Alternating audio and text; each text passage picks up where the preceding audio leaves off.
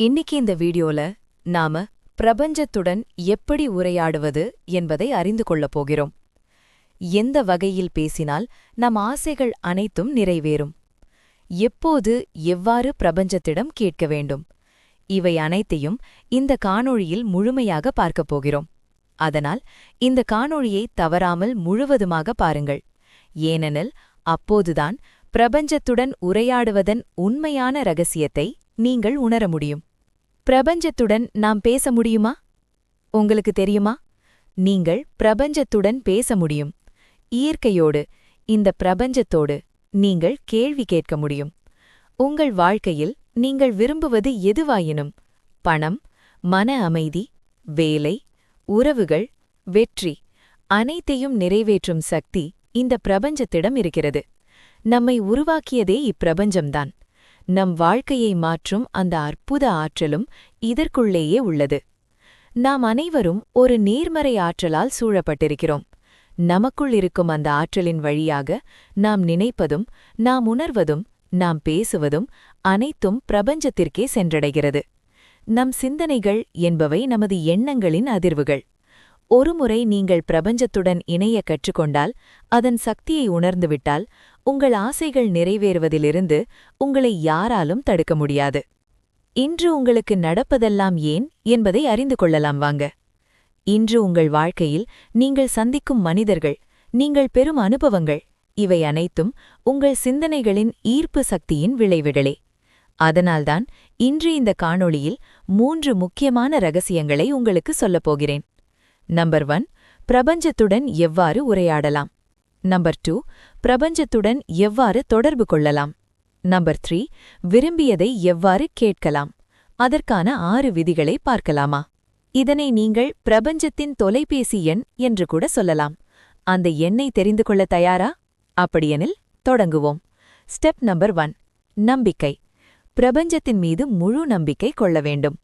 இது மிக மர்மமானது, மிக வலிமையானது, அளவற்ற சக்தி கொண்டது. எந்த வடிவிலும் பிரபஞ்சம் உங்களுக்கு பதில் தரலாம். ஒரு பறவையாக, ஒரு மனிதராக, ஒரு எதிர்பாராத தொலைபேசி அழைப்பாக அறிகுறிகள் வரும். நீங்கள் செய்ய வேண்டியது ஒன்றே: அமைதியான மனம், முழு நம்பிக்கை. ஸ்டெப் நம்பர் 2, உங்கள் குறிக்கோளை தெளிவுபடுத்துங்கள். நீங்கள் பிரபஞ்சத்திடம் என்ன கேட்கிறீர்கள்? அதை தெளிவாக தெரிந்து கொள்ளுங்கள். கோபம், வெறுப்பு, எதிர்மறை உணர்வுகளுடன் பிரபஞ்சத்தை அணுகாதீர்கள். கண்களை மூடுங்கள், ஆழ்ந்த மூச்சு எடுங்கள், இதயத்தில் கவனம் செலுத்துங்கள். அதன்பின் மிக தெளிவாக உங்கள் குறிக்கோளை பிரபஞ்சத்திடம் கேளுங்கள். ஸ்டெப் நம்பர் 3, கற்பனை செய்யுங்கள். கற்பனை மனிதனுக்கு கிடைத்த மிகப்பெரிய தெய்வீக சக்தி. நீங்கள் கேட்டது ஏற்கனவே கிடைத்துவிட்டது போல கற்பனை செய்யுங்கள். அதை பாருங்கள், அதை உணருங்கள், அதை அனுபவியுங்கள். உணர்ச்சிகளுக்குத்தான் அதிர்வு அதிகம். அதிர்வு அதிகமானால் உங்கள் குறிக்கோள் நிறைவேறுவது விரைவாகும். ஸ்டெப் நம்பர் 4, நன்றி சொல்லுங்கள். நன்றி உணர்வு பிரபஞ்சத்தின் மொழி. இதயத்திலிருந்து நன்றி சொல்லுங்கள். இறைவனுக்கும், இயற்கைக்கும், பிரபஞ்சத்திற்கும். நன்றி உணர்வு மிக உயர்ந்த அதிர்வை உருவாக்கும். ஸ்டெப் நம்பர் 5, விடுவித்து விடுங்கள். நீங்கள் கேட்ட பிறகு அதை பற்றி கவலைப்படாதீர்கள். எப்படி வரும், எப்போது வரும் என அதிகமாக யோசிப்பதை விட்டுவிட்டு, அனைத்தும் பிரபஞ்சத்தின் வேலை என்று நம்பிக்கை வைத்து உங்கள் வேலைகளை செய்து கொண்டிருங்கள். உங்கள் வேலை நம்பிக்கை வைப்பது மட்டுமே. ஸ்டெப் நம்பர் 6, அறிகுறிகளை கவனியுங்கள். பிரபஞ்சம் எப்போதும் உங்களிடம் பேசிக்கொண்டே இருக்கிறது. சின்ன மாற்றங்கள், திடீர் சந்திப்புகள், உள்ளுணர்வு, அவற்றை கவனியுங்கள், அவற்றை மதியுங்கள். சரியான நேரத்தில் உங்கள் வேண்டுதல் உங்களிடம் வந்து சேரும்.